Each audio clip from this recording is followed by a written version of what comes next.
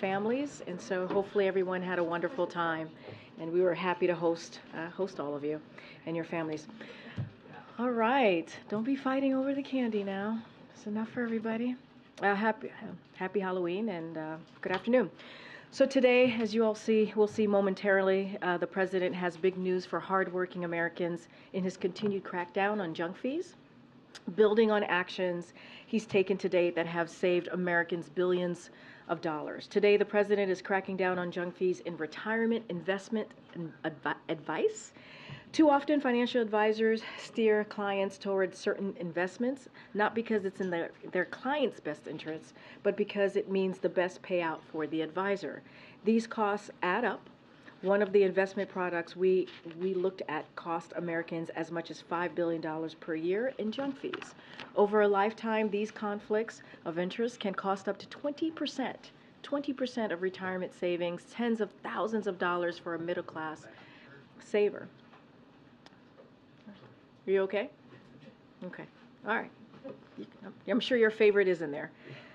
That's why President Biden is announcing new actions to protect retirement security by cracking down on these junk fees. This is another key step in our work to promote competition under Bidenomics to put money back in the pockets of hardworking families. And keeping with that theme, today we wanted to highlight another drug that thanks to the president's leadership, Medicare can now negotiate lower prices to save Americans money. Enbrel, a drug that treats certain types of arthritis, is one of the first 10 drugs selected for Medicare price negotiation as part of President Biden's Inflation Reduction Act, which passed with zero Republican votes. You can see from the chart about this particular drug. Last year, more than 47,000 Medicare recipients took this drug, and those seniors spent over $43 million in out-of-pocket costs, while Big Pharma made record profits. In fact, sellers of this arthritis drug executed more than $89 billion in stock buybacks and spent $213 million on lobbying since the drug hit the market. At the same time, seniors like Judy Aiken, a 69-year-old retired nurse, are getting squeezed. Judy pays $339 per month out of pocket for just one Enbrel prescription she needs to manage her arthritis. So, while sellers make record profits, Judy is forced to watch what she spends every month. And that's wrong. The president believes that's wrong.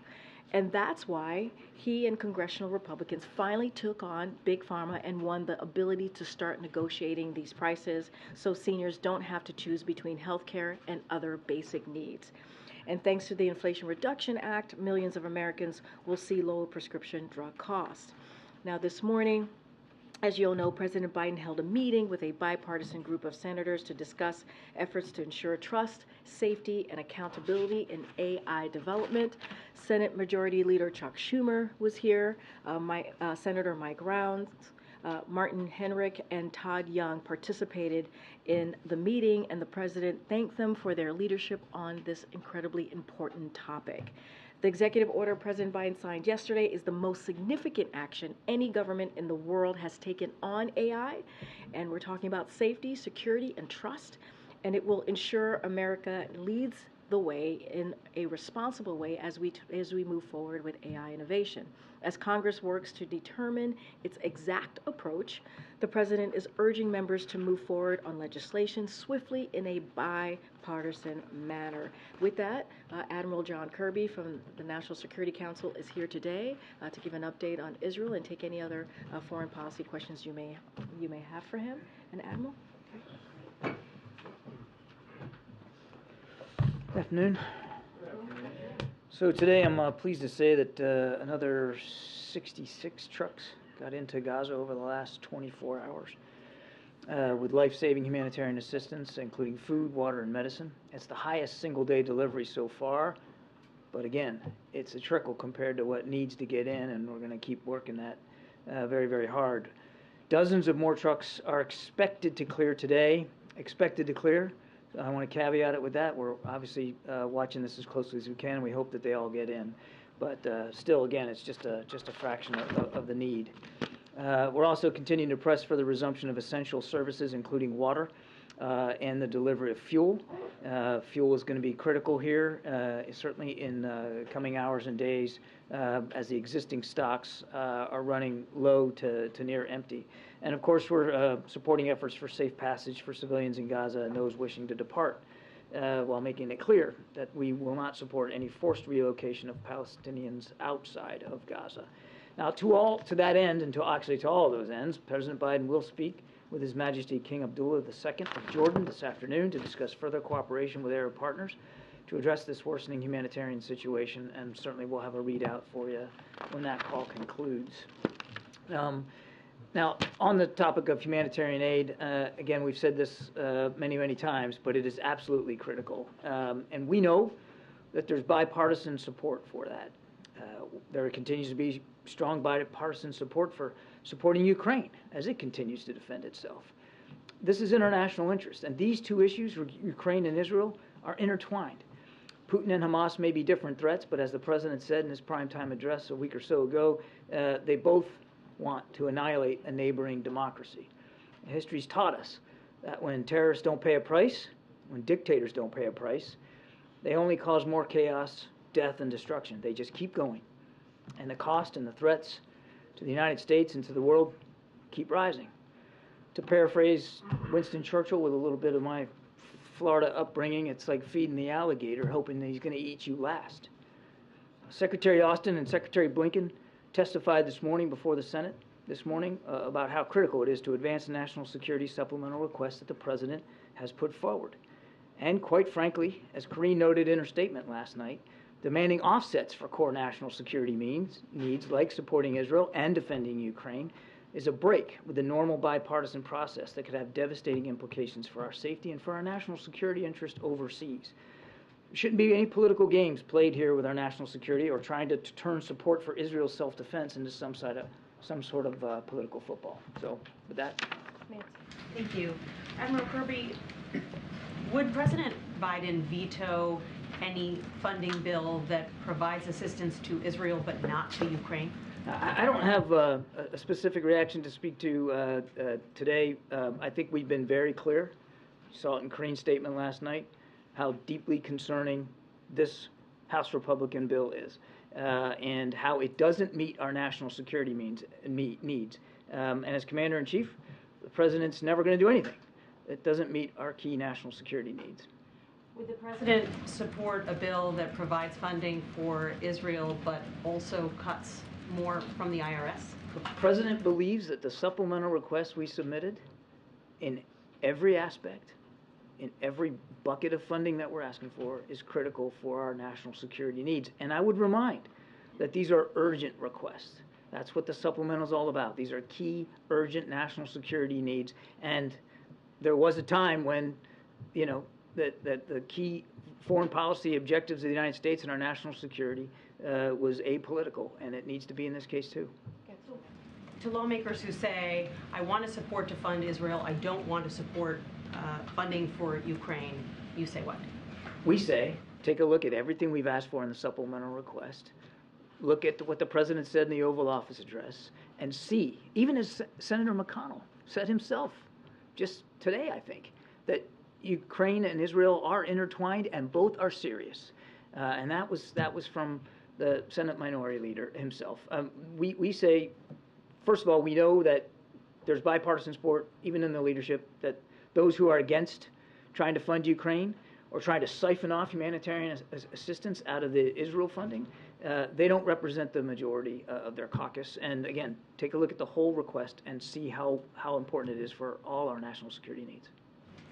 Thank you, Admiral. A massive blast has been reported at a refugee camp in Gaza, in one of the most densely populated areas. An IDF spokesperson said that they were targeting a Hamas commander. What can you tell us about this, and does that, in your view, mean they violated the laws of war? Can't say much. I mean, this all just happened just before I came on out here, and I just don't have a lot of information on that. Would it mean they violated the laws of war, given what we've seen, though? I'm not going to speculate on an incident that I really have no information on. That would be really, really imprudent for me to do. And why have Americans and foreign nationals still been unable to get out of Gaza, even though aid trucks have been going in? Beyond putting the blame on Hamas, what more can you say about what's going on here and what the progress is? How about if I just put the blame on Hamas? I mean, Secretary Blinken talked about this in his hearing this morning. I mean, they are putting obstacles up to allow us to get folks out. It's not Israel. It's not Egypt. It's not places like Jordan. The Hamas has been making it difficult to do this. But the aid is still coming in. The gates are opening. I mean, what can be done to then make sure that I mean, just because a gate swings one way doesn't mean it's going to swing the other way. And well, obviously, we want it to. Right now, the aid is getting in. Not enough, but it is getting in. But right now, we just are not able to get people out. Believe me, when I say we're working on this literally by the hour. Ambassador Satterfield is working on this very, very hard. But we just got to keep at it. Yeah. So it's being reported that Yemen declared war on Israel. How concerning is that for? I haven't seen that report that they declared war. Look, we've said from the very beginning that we don't want to see a widening and deepening of this conflict by anybody, any actor, any state. And we've also said that we've got key national security interests at stake here in the region, and we mean to protect and defend them. So our message to anybody, and again, I can't confirm this report because I haven't seen it, but our message to anybody who seeks to escalate and deepen this conflict is, be mindful of how seriously we take our national security interests. Also, 220 Palestinians have been killed in the West Bank since the beginning of the war, 197 since the beginning of this year. Also, how concerning is it for you that Netanyahu is opening a new war front in the West Bank, considering this killing? The President spoke to this himself out there in the Rose Garden with the Australian Prime Minister, specifically talking about how dangerous it is that extremists in the West Bank are killing innocent Palestinians, and it's got to stop. It's deeply concerning. Each and every one of them is a tragedy, too. It's expected the Senate will move forward to confirm Jack Lew for the position of ambassador to Israel. How do you see his role having any impact on some of these negotiations? And can you talk about, is there a way to, I know why there is concern with Israel about fuel, but in terms of power or other of those services, you talked about wanting to see restoration. Is there some other package that could be moved forward that you think could provide some relief to civilians but not undermine Israel's military goals? I'm not sure what you mean by package, but let me try it this way, and if I don't get you, you tell me if I'm wrong here. But obviously we look forward to Jack Lew's eventual confirmation here as an ambassador to Israel. It seems like it's moving right along. I don't want to get ahead of the process, but that's a terrific thing. He's more than qualified to be our ambassador to Israel, and we're very excited to get him over there so that he can get on the ground and start leading our efforts to support Israel and their fight against Hamas, but also to help us integrate and continue to lead the effort to get humanitarian assistance to people of Gaza. And our expectation is that Mr. Lew will be taking the lead on those issues once he gets on the ground.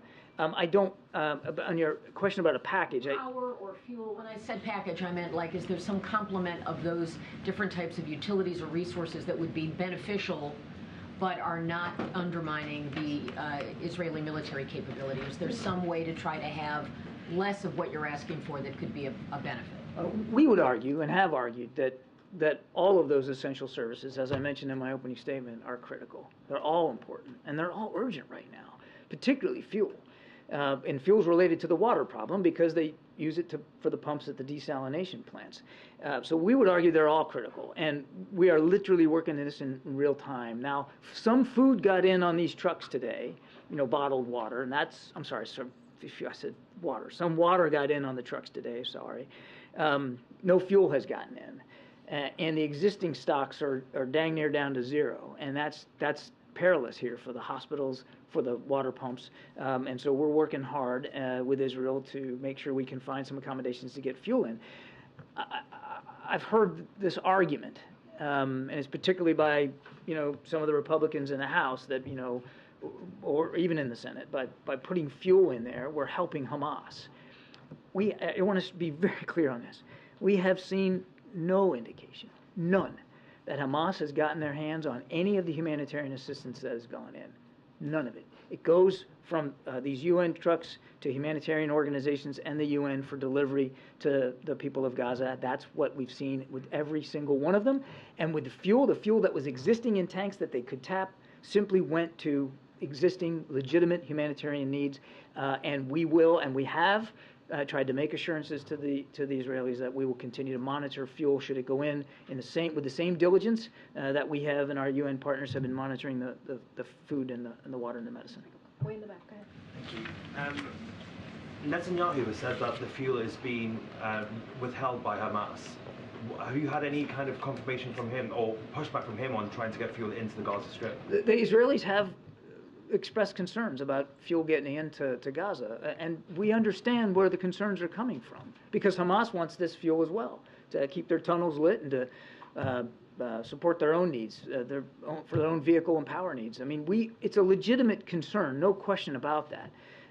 Our argument is that it's also a legitimate need of the innocent civilians in Gaza who are suffering right now and in desperate need of continued medical care and fresh water to drink. And so what we're working on with the Israelis is an accommodation here where they can be confident that it's not going to go to Hamas, and we can be confident that it's going to get in and get to the people in need. And we're still working on that. Has he been receptive to those concerns?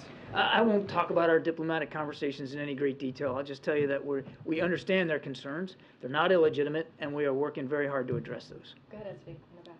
Yeah, thanks. Admiral, I believe the President has, a lot of people have said that the information coming from the Gaza Health Ministry is not reliable because it's controlled by Hamas. We can see on social media just terrible things happening, presumably to civilians, children, in Gaza. So does the United States have its own estimate of what's happening and how many people in Gaza, and where should the rest of us get accurate information on that count? We are doing the best we can to try to get an assessment of the scope of the casualties. And you can imagine we're pulling from multiple different sources. We certainly are not taking the Ministry of Health's numbers at face value.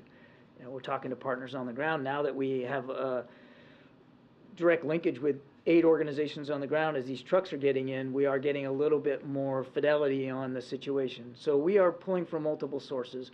And without spouting a whole number here, I can tell you we are convinced that there have been many thousands of civilian deaths in Gaza thus far in the conflict. And as I've said before, I'll say it again, each and every one of them is a tragedy.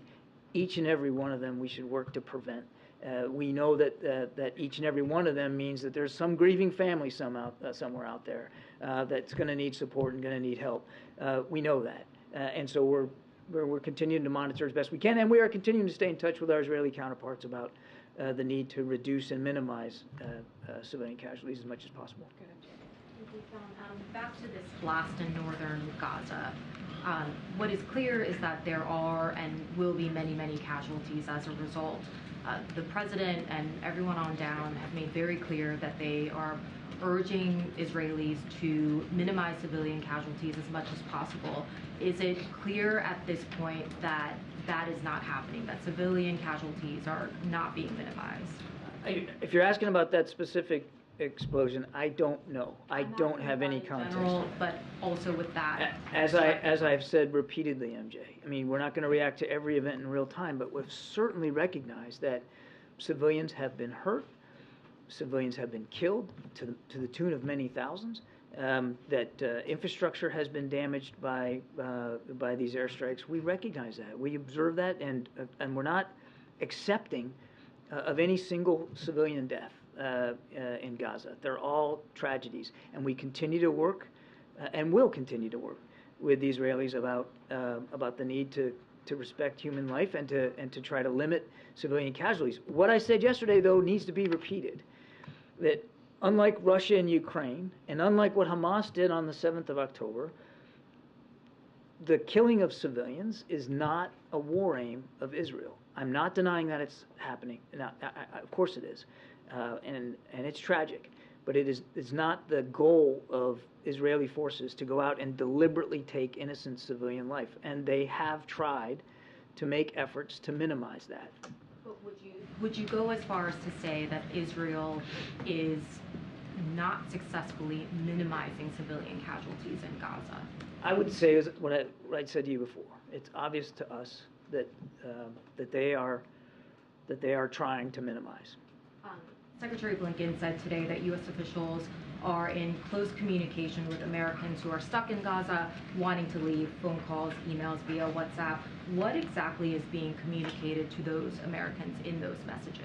Well, I'd refer you to the State Department to speak to that more specifically than me here at the NSC, but as we understand it, it's to keep them informed about our efforts to try to get them out and to make sure that they know that we're not tiring and that we're gonna keep trying to do that. But do you have specific guidance on, where they should go, who I they don't. should call? You got to talk to the State Department about that. They're the ones in direct contact. John, Hamas is claiming that they will free some foreign hostages in the next few days. Has the U.S. been alerted to this by any official channels? Do you have reason? That's the first time hearing that report. We'll have to see whether it pans out or not. Obviously, we want that to be the case. And are you hearing anything about the crossing into Egypt opening tomorrow to allow some injured Palestinians out? I've not heard that report. Given the airstrikes on the refugee camps near Gaza City, would now be the time for a humanitarian pause? I know you've said that U.S. position is no ceasefire, you don't support a ceasefire, but would now be the time for a humanitarian pause? Well, without getting into this specific moment that we're in right now or litigating this from the White House podium, we do believe that humanitarian pauses could be of value, but they have to be, there has to be credible support on both sides here for where to do it, when to do it, for how long to do it, and for what purpose. And we're continuing to work with partners in the region, including those who have a direct line of communication with Hamas to see if that's possible. The goal would be to get aid in, to maybe get people out that want to evacuate. It also would be valuable, a humanitarian pause every now and then would be valuable for us if in fact there's a serious effort to get hostages out, because you'd need some kind of pause of the fighting to be able to do that safely. And can you talk a little bit more about the humanitarian aid and the flow and what is keeping more and more larger numbers of trucks from going in? Is it Israel and Egypt not agreeing to allow that to happen? And is it there's been a myriad. Them to do it? There's been a myriad of factors here. I mean, part of it is there's got to be an inspection regime for each truck so that everybody can have confidence in what is in those trucks. So that they have to be opened up, they have to be inspected, and that obviously slows things down. I mean, it's not like October 6th. It's now a war zone, and there are belligerents here, and we got to make sure that what's going in is legitimately humanitarian assistance. And because it's a war zone, it's not the trucks themselves. Their travel in country is potentially dangerous, and there have been strikes on roads and infrastructure that may alter the way they get to their destination, and then making sure that there's enough people on the other end to receive that material and get it to people who are desperately in need. It's just like in a natural disaster, and I'm not trying to undermine it or minimize this, but in times of a natural disaster, the delivery of essentials just gets harder, and it's harder. So there's a lot of factors in here, but we're working through all that. And again, while we admit that it's a trickle and not good enough, it still seems to be on the upward trajectory day by day, and that's a good thing. And we do hope that within coming days we can get up to 100 trucks a day. Still not going to be enough, but it's going to be a lot more than what we're doing right now. Yes. Mr. Kirby, thousands of Palestinian civilians have fallen so far, including 160 of my own relatives. And I'm just wondering, how many Palestinian civilians need to be killed before the United States called for a ceasefire? First of all, my condolences to you and your family. Are you in touch with some that are as still, much as I can? Not as much as you'd like to be, yeah. But I'm very sorry to hear that. I'm very sorry to hear that. And so I can see this is obviously personal for you. I can tell you it's personal for the president, too. We don't want to see any more civilian casualties. So in terms of a ceasefire, our concern with that is that Hamas benefits to the tune of being able to refit, renew themselves, plan and execute additional attacks. And as I said yesterday, right now is not the time for a general ceasefire. It is, however, the time to consider pauses in the fighting long enough so that folks like your relatives and family members can get this incredibly needed humanitarian assistance and perhaps a way to get out if they want to get out. So we're supporting that, and we'll see what we can do. But again, my deepest condolences. Well, another question, if I may. Yeah, of course. Now, you talked about creating a safe corridor where Gazans can leave if they want to. Does the United States guarantee the return, or is it going to be like 1948, where like ethnic cleansing and they're not allowed to return? As I said in my opening statement, our policy is not to have some sort of permanent settlement outside of Gaza. For the people who call that home, we want them to be able to go back home, and do so safely and effectively. We are not calling for their permanent refuge from the country. During the weekend, Prime Minister Netanyahu referenced the Amalekite, which is a biblical reference talking about the genocide that happened in the biblical times between the Israelites and the Amalekites. Is that a concern for the U.S. administration?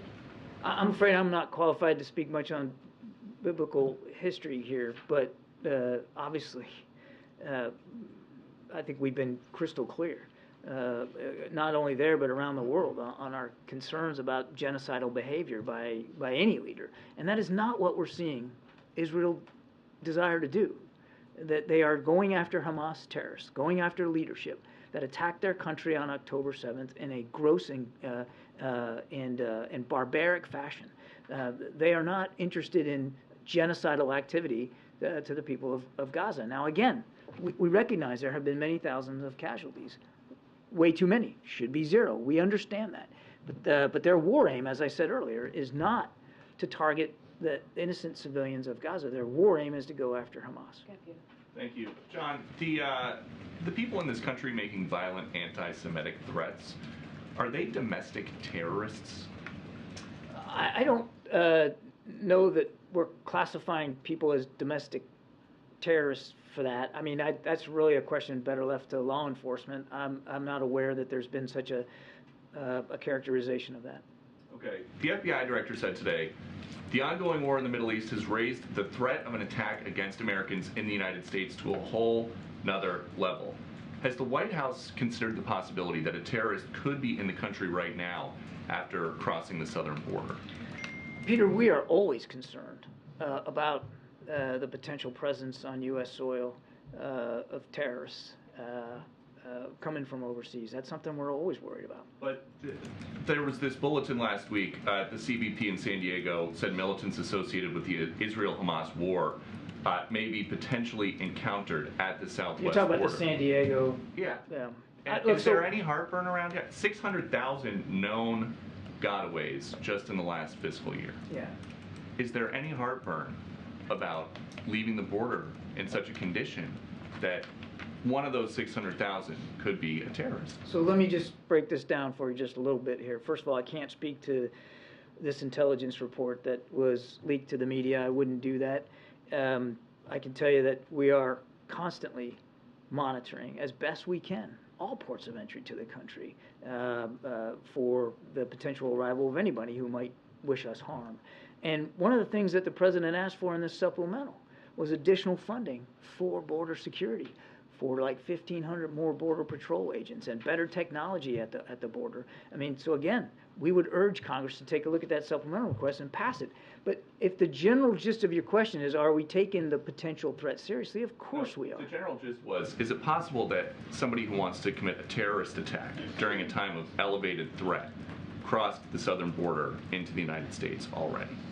I couldn't possibly answer that question, Peter. All I can do is tell you that we have remained vigilant to that potential threat.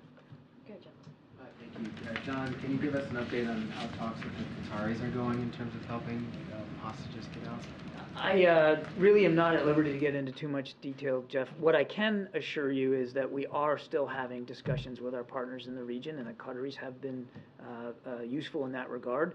We are continuing to have discussions about getting the hostages out. Following up on MJ's question, the IDF has confirmed while you were standing here that the attack on the refugee camp and hospital was an Israeli one. How do you square that with what you're saying about Israel trying to avoid civilian deaths? Again, you're getting me a little unawares here, Jeff. I didn't see that that comment. I didn't see that report. So I don't want to speculate about what might have happened or what might not have happened. What I can tell you is that we have indications that they are trying. I'm not predicting that on any given day they aren't going to fail to meet their own expectations about killing civilians. Sadly, our own experience as a military over the last 20 years has shown us that even with our best intentions and all the efforts that we put in to avoiding civilian casualties, we still cause them. And it's tragic each and every time. But I just, without the context of this event, I'm going to be careful about what I speculate on here. People who are seeing the numbers, and you've also said it's been thousands, is there anything more you can say besides indications? What evidence do you have that Israel is trying not to kill civilians? It's based on literally a daily conversation that we're having with our Israeli counterparts about their goals, their strategies, and their plans, and the questions that we would hope they're asking themselves, like we would ask ourselves before embarking on military operations. Thank you. Admiral, just to talk about the fuel situation again in Gaza, the lack of fuel, the Ministry of Health, the director there, said that essentially that they're going to run out of fuel tomorrow. I was wondering if that aligns with your assessment of how the levels of fuel are, especially when it comes to the hospitals and the generators. It's a similar timeline that we've heard from aid organizations in the UN. It's not totally out of the scope of what we heard from other actors, that it could be that soon. Is that sense of trauma and sense of urgency being felt in the conversations about the need to get fuel into Gaza, especially when you're talking about hospitals, when we're talking about generators, babies on ventilators and those kinds of things? Is that sense of urgency being felt, and is it being heard by the Israelis as well? It's absolutely being felt, and we have continued to communicate this with our Israeli counterparts. There's definitely a sense of urgency here. John, a follow-up on the humanitarian pause. Given the recent comments from Prime Minister Netanyahu and kind of what we've seen in the last few days, are you getting any indication from the Israelis that this is something that they would even consider? And how much of a priority is this for the administration to get a humanitarian pause to make that happen? I don't want to speak for the Israelis. I would tell you that they too want to get their hostages out. They too want to get those folks back home to their families, and they recognize that in order to do that safely, you're going to have some passage, some pause in the fighting to be able to do that so that they can get home safely. So in a general sense, they see the value in some kind of a localized temporary pause to get their folks back home. Thank you. Admiral Hassan Nasrallah, Secretary General of Hezbollah, is expected to make a speech on Friday about the group's fight with Israel and Israel's bombardment of Gaza. His words could shape the fate of the country and the region. What the U.S. is doing, monitoring the situation for sure. What's going to do if Hassan Nasrallah decided to declare war on Israel? Well, I'm not going to get into speculating about a hypothetical like that. Let me just give me a second here. Sure. We're watching this very, very closely. And one of the reasons why the president sent an extra carrier strike group into the region and parked one in the Eastern Med is to make sure we send a strong message to any actor, including Hezbollah, who may want to widen the conflict. They ought not to do it. We take seriously, as I said earlier, our national security interests in the region. Now, Nasrallah can say what he wants to say, and we'll certainly be paying close attention to it. But our message is the same to him, to them, to any other actor in the region.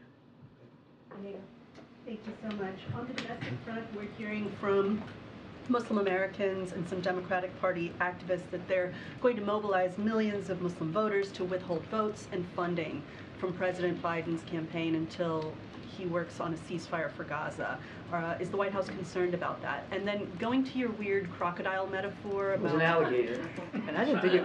And it wasn't... It was Churchill, not me. Sorry. Going to your alligator metaphor about aid to Israel being isolated in that package, is it the White House's view that the U.S. can afford to fund Israel Ukraine, Taiwan, and the U.S. border in one package? And then I have a diplomatic question. Okay, well, your first one I'm not going to answer because I'm not going to get into electoral politics one way or the other. On your second question, the answer is yes. What's your third one? Okay, just comparing the readouts of President Biden and Jake Sullivan's meetings with Saudi officials, we're now seeing a mention of Iran. Or rather, we're now seeing mention of the White House saying that they're asking the Saudis to work with Iran. Is that something that the White House is asking Tehran to do to pressure? Let me start over. Is that something that the White House is doing, asking Riyadh to lean on Tehran to show restraint? And how receptive are the Saudis? Yeah, I don't want to talk about our diplomatic conversations with the Saudis. We have been, I think, crystal clear about the concerns over Iran and their destabilizing activities and their support for these groups throughout the region. I think I'll leave it there. Yeah, last question. Go ahead. On the visit by the Saudi defense minister, can you talk about where things stand with the normalization negotiations as they were happening before October 7th and kind of where they stand now? I think, again, without getting into the specifics of diplomacy, I think we came away from those discussions confident that there'll be a path to get back towards to normalization, and that there's still interest on the Saudi side in pursuing that. Obviously, what's going on between Israel and Hamas makes it harder to make practical progress on it right now. I would also remind that even before October 7th, we were still months away from some sort of agreed-to framework. We're still committed to it. It's clear to us that the Saudis are still committed to it, but obviously we're all focused, including our Saudi friends, on what's going on there in Gaza. John, wait a minute. Before you leave, if Hamas terrorists attack the U.S., would U.S. put boots on the ground in the Middle East? I won't speculate about that, Brian. We'll obviously do what we have to do to protect our troops and our country. So. Thank you. Thanks, Admiral. Thank you. All right, just have a few more minutes left. Anybody else? Well, Darlene, you want to kick us off? Thank you. Given the House Republican decision to just move forward with funding only for Israel, is it the position of the White House that Speaker Johnson is bound by the deal that former Speaker McCarthy struck with the White House earlier this year, the budget deal? The budget deal that 2/3 of the House Republicans voted on and is now law? Yes. Yeah, well, it's law. So, yes, as it relates to the budget deal that occurred early summer, that was voted on by the House and the Senate and is now law. So, yes. A couple of quick housekeeping things. Is a trip to Maine for the president under consideration? So let me just say that we are appreciative of the governor of Maine inviting the president to visit.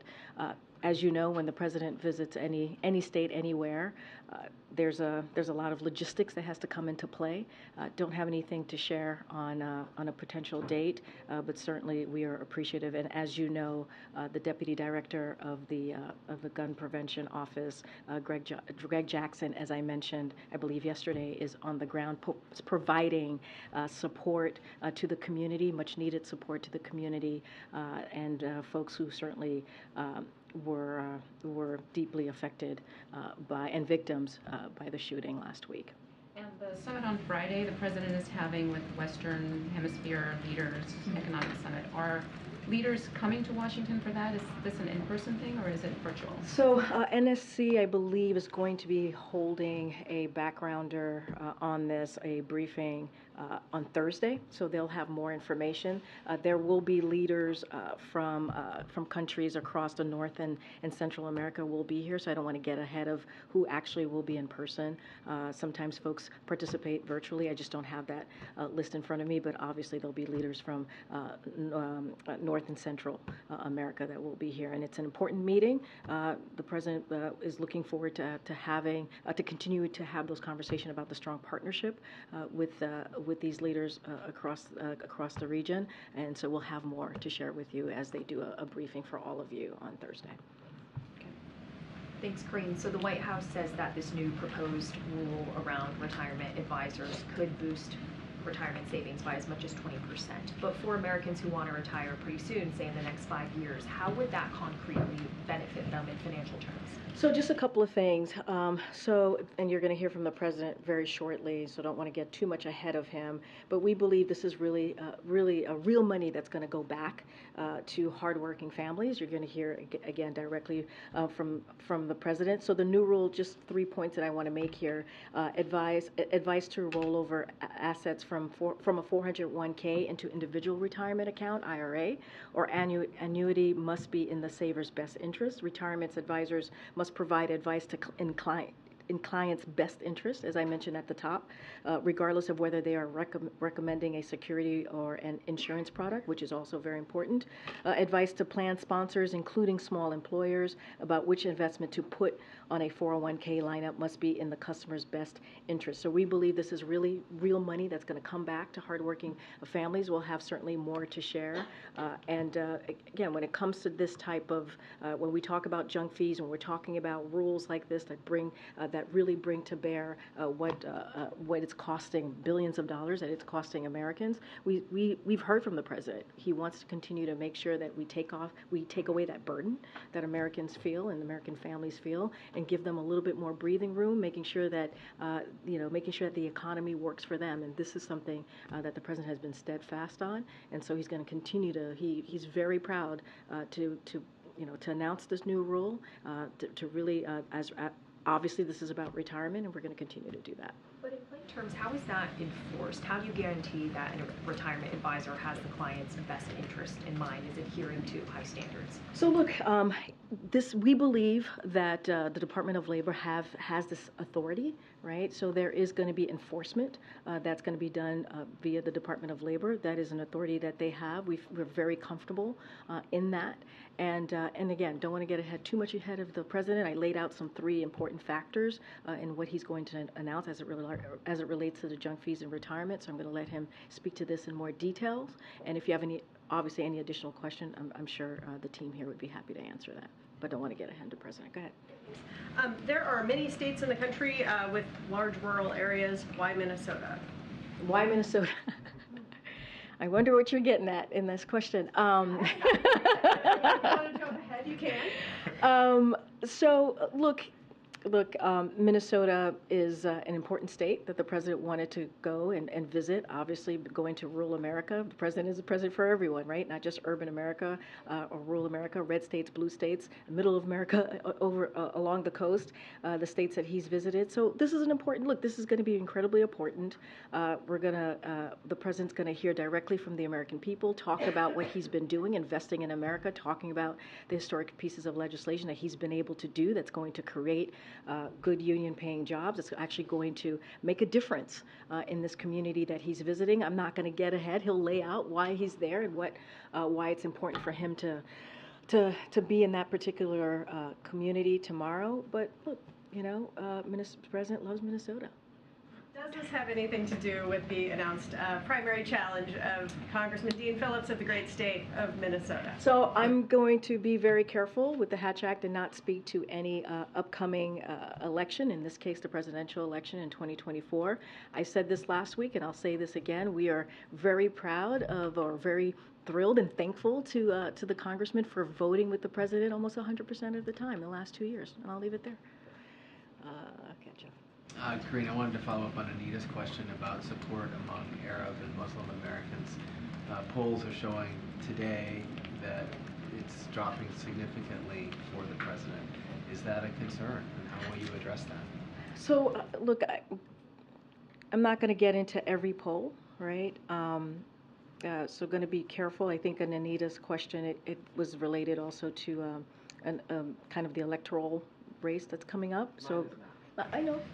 You said you said that you were connecting your question to her, so I'm just making sure that I put that out there. I heard the question that you asked me. Look, of course, the president is always concerned and wants to hear how different communities feel about the work that he's doing. Of course, that's important to this president.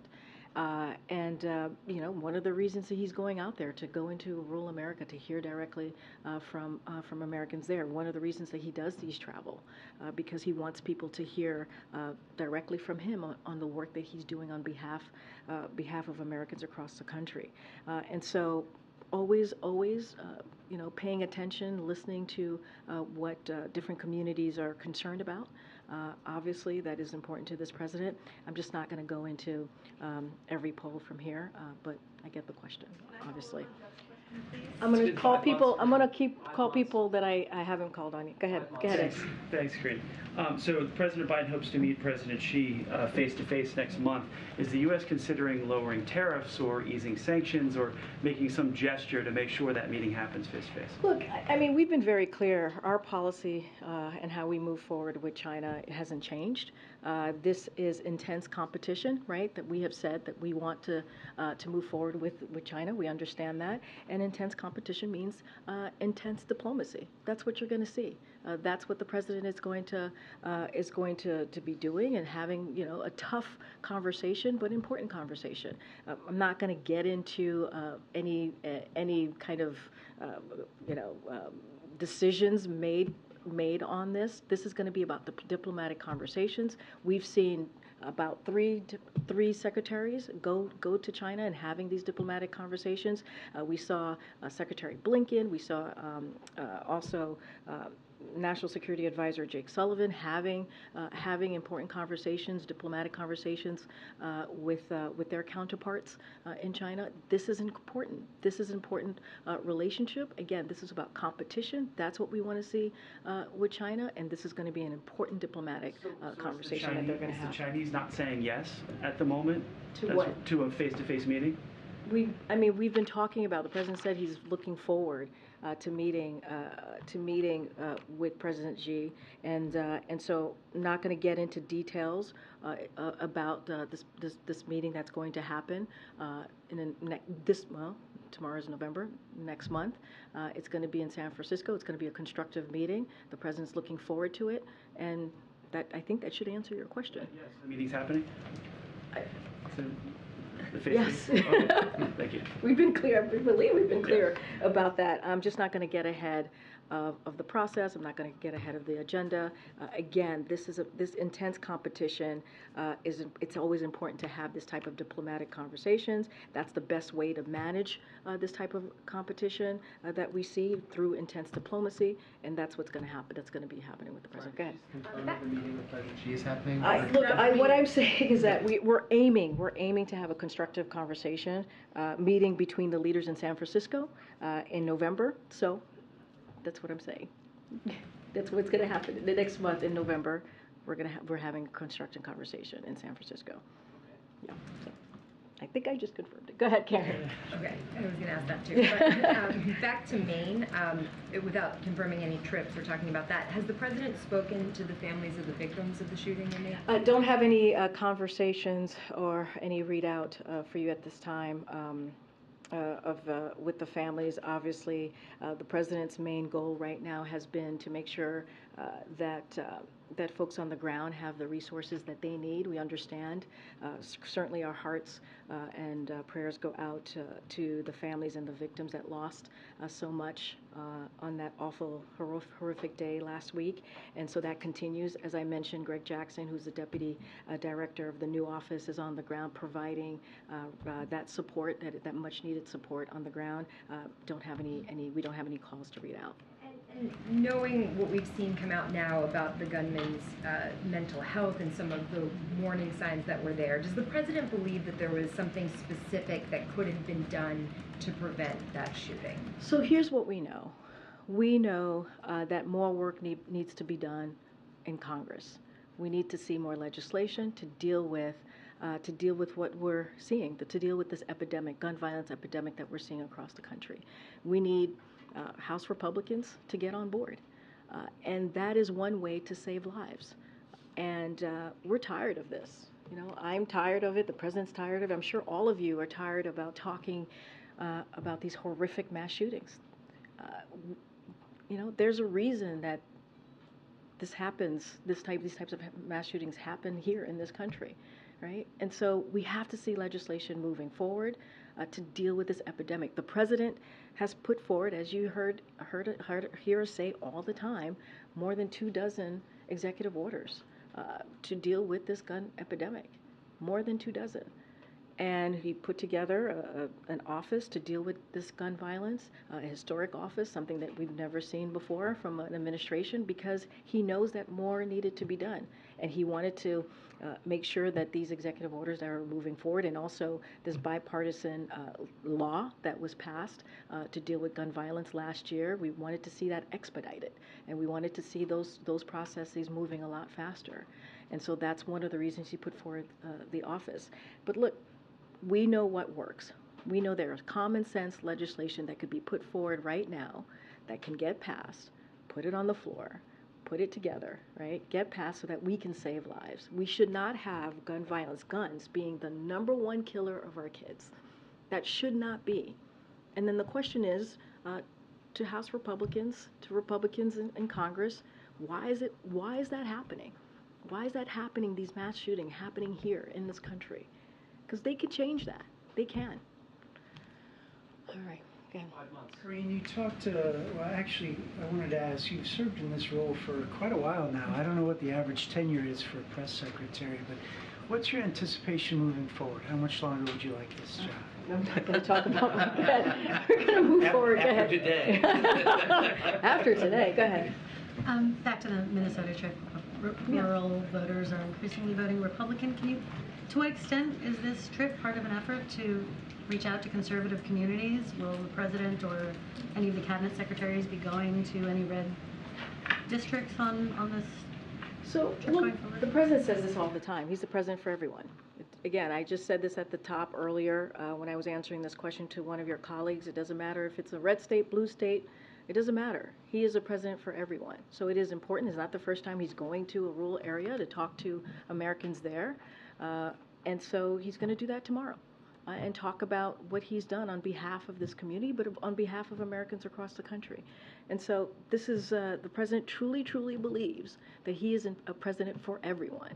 And so this is part of that. It's important, just as he goes to urban parts of the country, suburban parts of the country, to also visit rural areas of the country too. And that's what you're going to see from the president. And you'll hear directly from him and he'll speak to it. Go ahead. Jojo. Yeah, thank you. That's my new nickname. I know. I saw your tweet. You're enjoying your new nickname. Yeah, you know. But real quick, following up on Maine and the possibility of going there. I know you said there's no trip to confirm, you don't have a date, but is it the president's hope to take the governor up on that invitation and go to Maine to meet with families? So again, we appreciate the governor's invitation. As I said before, when the president travels, and you all know this, you've traveled with the president, you know how much of a big footprint he has when he's on the ground. And so there's a lot of logistics that need to be considered, and we're trying to figure that out. I just don't want to get ahead of making any announcement or confirmation from here. Again, we obviously appreciate the invitation from the governor, and we are doing everything that we can. We have been since the moment of this horrific shooting, in providing resources that the community needs, and we've been doing that. As I mentioned, we have someone from the newly minted office to prevent gun violence who's on the ground. I just want to be really mindful. There's a lot of logistics that are put into this, and I just don't want to get ahead of that. Okay, go ahead, Anita. Thank you so much. As Jeff mentioned, there are very many angry Muslim Americans right now who feel like the president isn't listening to them in their appeals for a ceasefire. What is your message to this group of Americans, and what efforts have you made at outreach to this group specifically? So a couple of things. Look, what I can say is this. The president knows that Muslims and those perceived to be Muslim have endured a disproportionate number, certainly of hate-fueled attacks, right, as we talk about what we're seeing here. And so he also understands that many of our Muslim, Arab American, and Palestinian American loved ones and neighbors are worried about the hate being directed at their communities. And so leaders at every level of this administration will continue. We're going to continue to engaging with the Muslim community, the Arab American community, and Palestinian American leaders to hear their concerns, right? And also to hear their feedback on how best, certainly to combat the discrimination, the hate and discrimination that they're seeing as well. We have been in close contact with folks in the Muslim community. We've been in close contact with Palestinian Americans, Arab Americans as well, appointees here, Jewish American appointees as well, to ensure that their perspectives are heard and that we continue to respect, obviously, their perspective. And so we're going to continue to hear from the community. That's something that we want to do. As I was talking about rural America and how the president is a president for everyone, we certainly want to continue to keep those lines of communication open, and that's really important. Go ahead. Okay. Thank you, Karine. Just real quick, how closely, if at all, is the White House tracking this 14th Amendment lawsuit in Colorado?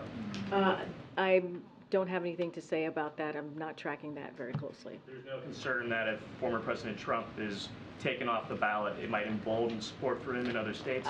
Look, I'm just going to be really, really careful on anything that is related to ballots, elections, upcoming elections, especially as you're asking me about 2024. I'm just not going to comment.